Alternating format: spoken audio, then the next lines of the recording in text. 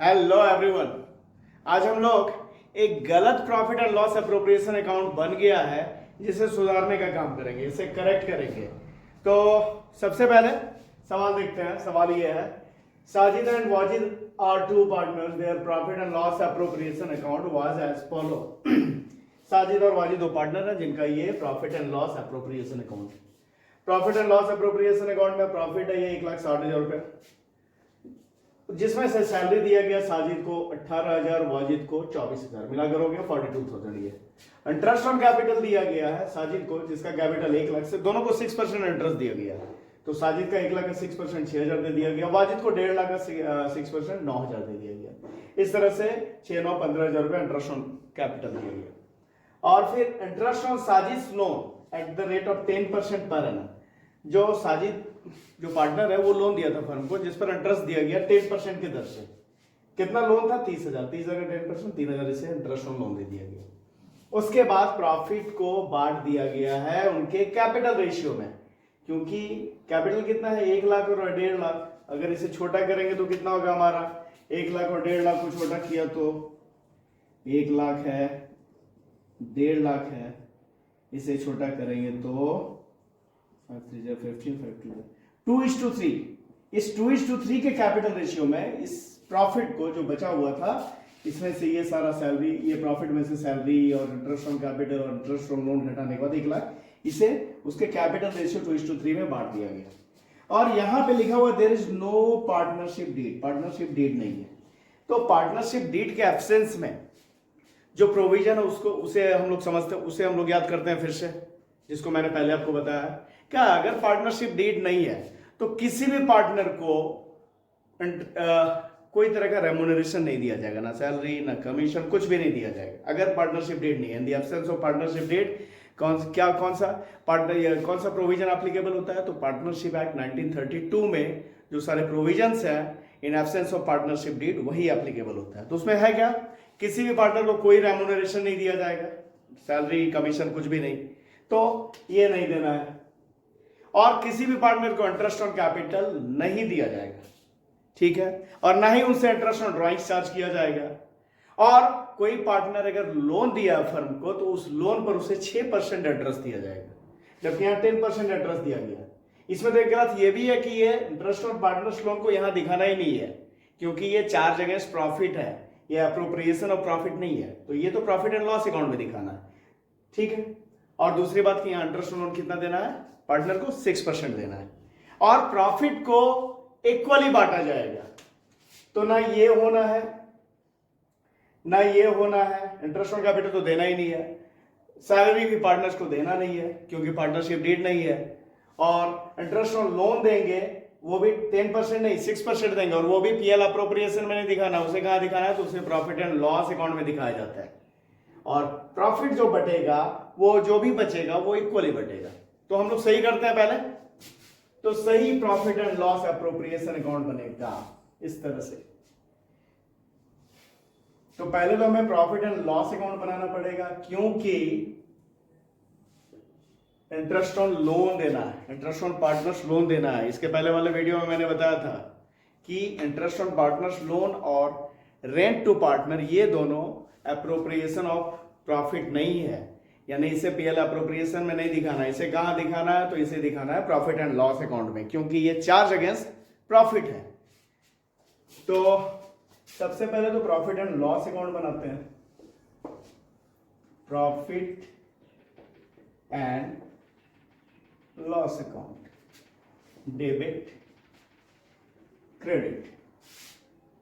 यह हो गया पर्टिकुलर्स, अमाउंट, पर्टिकुलर्स, अमाउंट।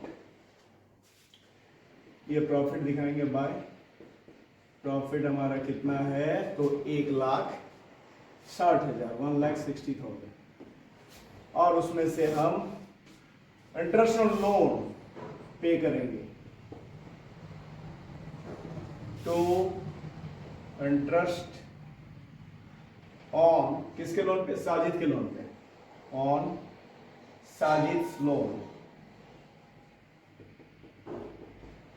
साजिश loan eight the rate of 6%, कितना देना है 6% पर एनम ऑन रुपीज कितना 30,000 ना, तो इसका 6% करें तो ये 1800 इंटरेस्ट ऑन लोन। अब 1,60,000 में 1800 डिडक्ट किया तो कितना बच गया, to profit and loss appropriation, यहां से कहां जाएगा, profit and loss appropriation account में।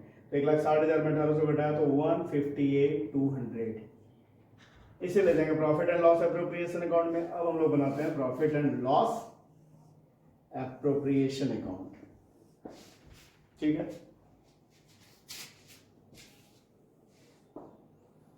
Profit and loss appropriation account, particulars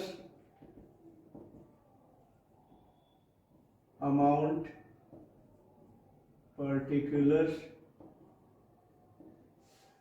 amount, debit credit. सबसे पहले ये जो प्रॉफिट का बैलेंस है इसे लेके आएंगे by profit and loss account 158,200, और चूंकि पार्टनरशिप डीड नहीं है तो जो पार्टनरशिप एक्ट 1932 में प्रोविजन है वही एप्लीकेबल होगा, मतलब कि किसी को सैलरी नहीं दिया जाना है, इंटरेस्ट ऑन कैपिटल भी नहीं दिया जाना है, इंटरेस्ट ऑन लोन भी दिया गया, वो कितना दिया गया, तो 10% नहीं 6% दिया गया इंटरेस्ट ऑन पार्टनर्स लोन, और प्रॉफिट को बराबर बांटना है। तो ना ये देना है ना ये देना है, सीधे हमें प्रॉफिट को बांट देना है। जब ये दोनों देना ही नहीं है तो सीधे हम प्रॉफिट को बांटेंगे, ये प्रॉफिट है, और इसे कैसे बांटेंगे, तो इक्वली प्रॉफिट को भी, अगर पार्टनरशिप डीड नहीं है तो क्या प्रोविजन है कि प्रॉफिट को इक्वली बांटना है। कैपिटल कितना भी किसी का है, कम ज्यादा मतलब नहीं है, बटेगा बराबर बराबर प्रॉफिट। 158,200 158,200 इसे बांटेंगे to profit net profit transferred to capital account Sajid और वाजिद, इन दोनों के बीच ये 158,200 बढ़ जाएगा और बराबर बराबर बढ़ेगा, तो बराबर बराबर कितना होगा 79,100 इसका साजिद का, 79,100 वाजिद का, ये बढ़ गया। तो ये इस तरह से हम लोग है ना profit and loss appropriation account जो गलत बना हुआ था इसे ठीक किया। कुछ एक और सवाल देखते हैं।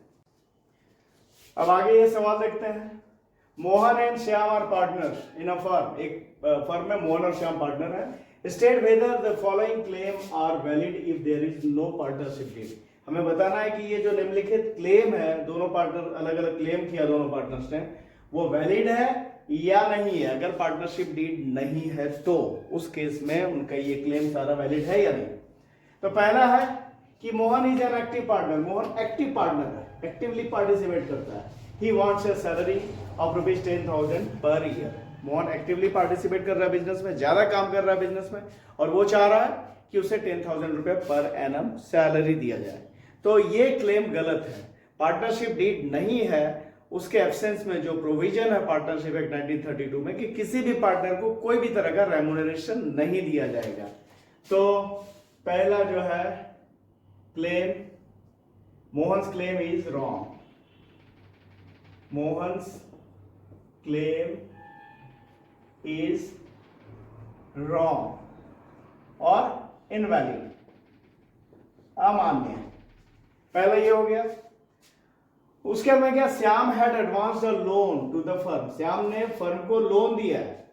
ही wants claim, he claims interest at the rate of 10% per annum. Shyam जो है फर्म को लोन दिया है श्याम ने, और वो चाहता है कि उसके लोन पर इंटरेस्ट 10% पर एनम मिले। तो ये भी इनवैलिड है, ये भी रॉन्ग क्लेम है। उसे जो इंटरेस्ट ऑन लोन मिलेगा, प्रोविजन कितने का है, इंटरेस्ट ऑन लोन, अगर पार्टनरशिप डेट नहीं है तो interest on partners loan 6% interest मिलेगा, है ना। तो यहां पे सेकंड वाला क्या है, Shyam's claim is wrong, he will get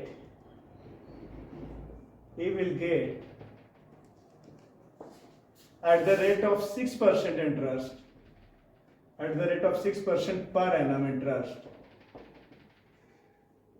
on his loan to the firm. उसने जो फर्म को लोन दिया है उस पर जो उसे इंटरेस्ट मिलेगा वो 6% पर एनम मिलेगा।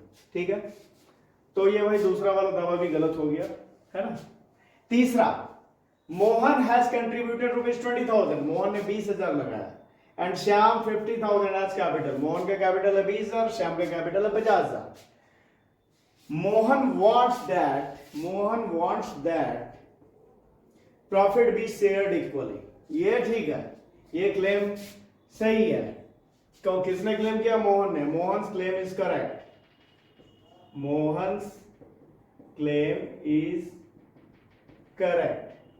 क्या है प्रोविजन पार्टनरशिप एक्ट 1932 में, अगर पार्टनरशिप डीड नहीं है तो भाई पूंजी कितना भी लगा दो कोई, पर प्रॉफिट जो बटेगा बराबर बराबर बटेगा। पूंजी में कंफ्यूज नहीं होना कि ज्यादा लगाया तो ज्यादा दे देना है, कम लगाया तो कम देना है। क्या है कि प्रॉफिट को बराबर बराबर बांटा जाएगा। इसलिए ये जो क्लेम है मोहन का ये सही था, है ना। उसके बाद में है Shyam wants interest on capital. Shyam जो है अपने कैपिटल पे इंटरेस्ट चाह रहा है to be credited at the rate of 6% per annum. चाहेगा भी क्योंकि उसका कैपिटल ज्यादा लगा हुआ है और देख रहा है कि प्रॉफिट तो भाई बराबर बराबर बढ़ रहा है, तो वो चाह रहा है कि हमें हमारे कैपिटल पे इंटरेस्ट मिले। लेकिन ये क्लेम भी गलत है, क्योंकि अगर पार्टनरशिप डीड नहीं है तो जो पार्टनरशिप एक्ट 1932 में प्रोविजन है कि पार्टनर्स को इंटरेस्ट ऑन कैपिटल नहीं मिलेगा। तो ये जो चौथा है किसका क्लेम है, श्याम का। Shyam's claim is wrong. समझ में आया बात, ठीक है। एक और सवाल देखते हैं हम लोग। अब देखते हैं ये सवाल, X Y and Z are partners, they do not have a partnership deed. उनका एक्स वाई और जेड पार्टनर है, उनका कोई पार्टनरशिप डीड नहीं है और क्लेम्स आ रहा है फॉलो, और उन लोगों का क्लेम निम्न प्रकार है। ये सारा क्लेम है, एक्स वाई और जेड पार्टनर है। तो यहां पे चूंकि पार्टनरशिप डीड नहीं है तो यहां प्रोविजन कौन सारे एप्लीकेबल होंगे, जो पार्टनरशिप एक्ट 1932 में सारे प्रोविजंस है in absence of partnership deed वो एप्लीकेबल होंगे। ठीक है, अब देखते हैं हम लोग।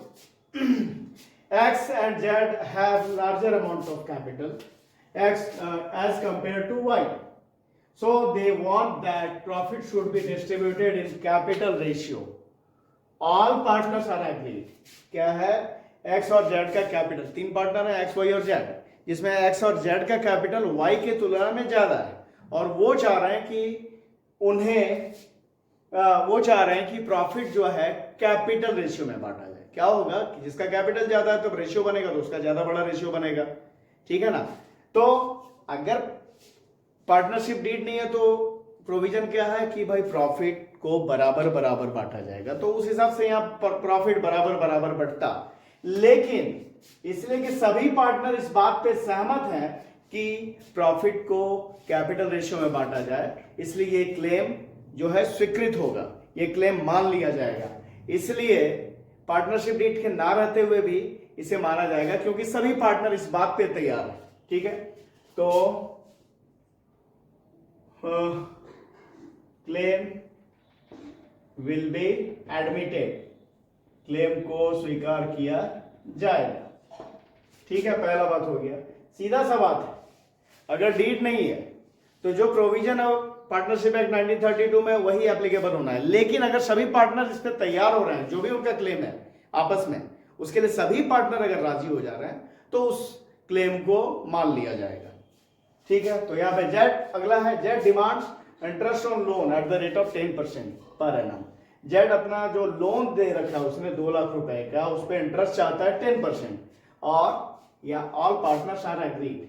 ऐसे क्या प्रोविजन, ऐसे प्रोविजन है इंटरेस्ट ऑन पार्टनर्स लोन 6% देने का, यहाँ पे 10%, तो ये नहीं माना जाता। लेकिन सारे पार्टनर तैयार हैं इसके लिए, इसलिए ये क्लेम भी वैलिड क्लेम होगा क्योंकि सभी पार्टनर्स तैयार हैं। तो क्लेम विल बी, दूसरा भी क्लेम विल बी एडमिटेड। और तीसरा, Y wants his son M to join the firm and other partners agree to this। Y चाहता है कि उसका बेटा भी उस फर्म को ज्वाइन करे और इसके लिए सभी पार्टनर तैयार है। तो क्या है, ये भी क्लेम वैलिड होगा, ये भी क्लेम मान लिया जाएगा, इसलिए कि सभी पार्टनर तैयार है। नहीं होते तो क्या है कि किसी भी नए पार्टनर का एडमिशन सभी पार्टनर के सहमति से होती है, ऐसा लिखा हुआ है। तो भाई यहां पे तो सभी पार्टनर सहमत है ही, इसलिए ये क्लेम भी वैलिड होगा। Claim will be admitted.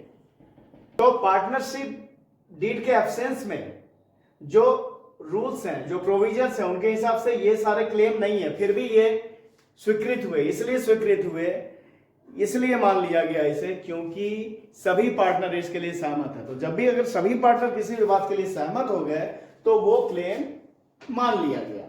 ठीक है, तो इस वीडियो में इतना ही। अगर वीडियो पसंद आ रहा है तो लाइक करें, चैनल को सब्सक्राइब करें। Thank you.